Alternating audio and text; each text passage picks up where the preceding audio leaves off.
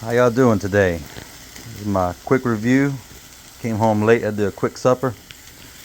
This is a Coleman Insta Start grill stove.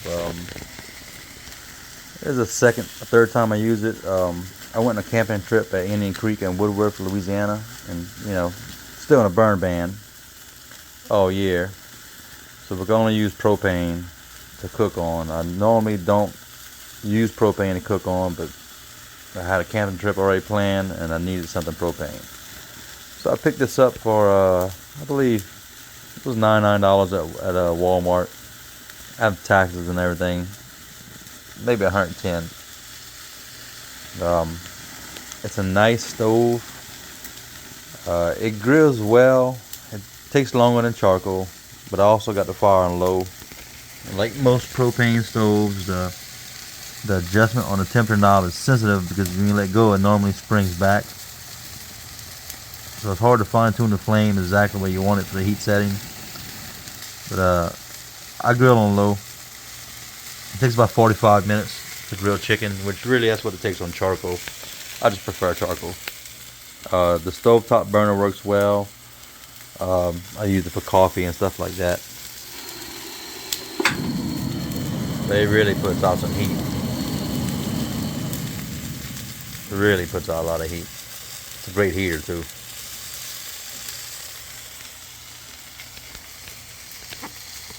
Yeah, it's really nice. It's heavier than a regular camping stove, but that's partly because the grate's pretty heavy, and the stove is thicker than a regular Coleman camping stove.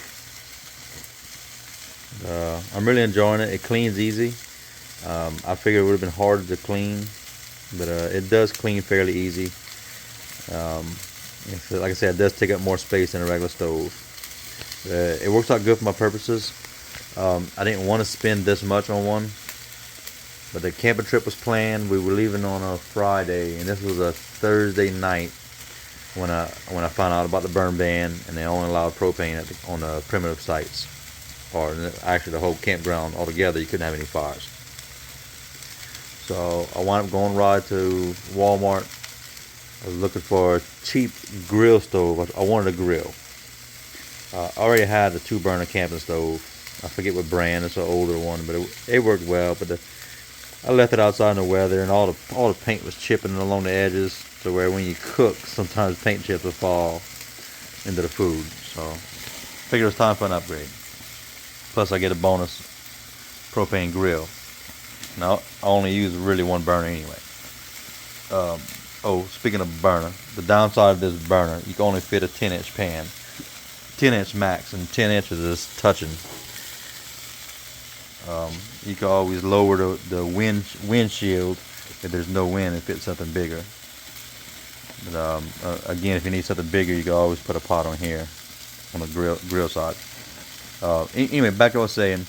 I bought an Ozark Trail. It was a stove like this. I brought it home. As soon as I unpacked it, it was just cheap quality. The top on the Ozark is it's bolt on, and man, it was all just bent, buckled, and wavy. I can tell some of the screws were stripped from the start, and I was like, well, I can deal with it. It was a $70 stove. I wasn't happy with the quality for $70, but I was gonna manage with it. I had to have a grill. Of course, I tested everything before I got my camping trip. I hooked up the propane, tested it. As soon as I screwed in the bottle, I could hear gas leaking from inside underneath. And I looked around. There was nothing I was doing wrong. It was just I had an internal leak on gas. And I mean, you could hear it coming out and smell it. So that was a no-go. I went back to Walmart that night, and I returned it. And when I returned it, customer service, they never check the items you return. Well, they actually checked this one. They needed a model number. It was part of their new return policy. They had to have the model number. Anyway, they took it out of the box, looked at it. Told them it was leaking gas. I even brought a bottle and offered to show them. They said it was fine. Got my money back, and I went and grabbed this one off the shelf, and make sure the box didn't have no damage. And the Ozark Trail didn't have damage either. The box was nice. It was in good shape. I got this home, hooked it up. It worked fine. The next morning we left our camping trip. Went out there. I used it. I used this for 2 days and nights worth of cooking, and it was nice. It was everything I needed. Got the job done, and I'm very happy with the quality. I'm still happy with the quality. Tonight I'm using this because I was out of charcoal, and me and the wife both work. She put chicken defrost before she went to work, and I didn't get home till late after dark, and I was gonna pot fry the chicken. Being I didn't have charcoal, it was a good opportunity to use this grill, make a little video on it. Yeah, I'm very happy with it. Highly recommend it. It's worth the money, $100. And Coleman has excellent customer service, which I'll make another video on that. I actually bought a little Coleman grill from Walmart first. It's it's a 4-in-1 grill, which is actually really a griddle, but it's a 4-in-1 grill. That was, I think, $130. But mine came damaged, so I wound up contacting Coleman through email and say, look, I had this camping trip planned. I bought this last minute. The griddle was bent. I mean, it was still usable, but it was bent. And which again, I'll make another video on that. But Coleman sent me a complete replacement, man.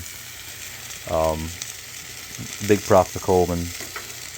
I know everything's cheap and probably made in China these days, but Coleman has really good customer service, and their products as far as cookware, pretty good quality. Yeah, if you haven't got one of these, I suggest you look into it. It's really easy to clean.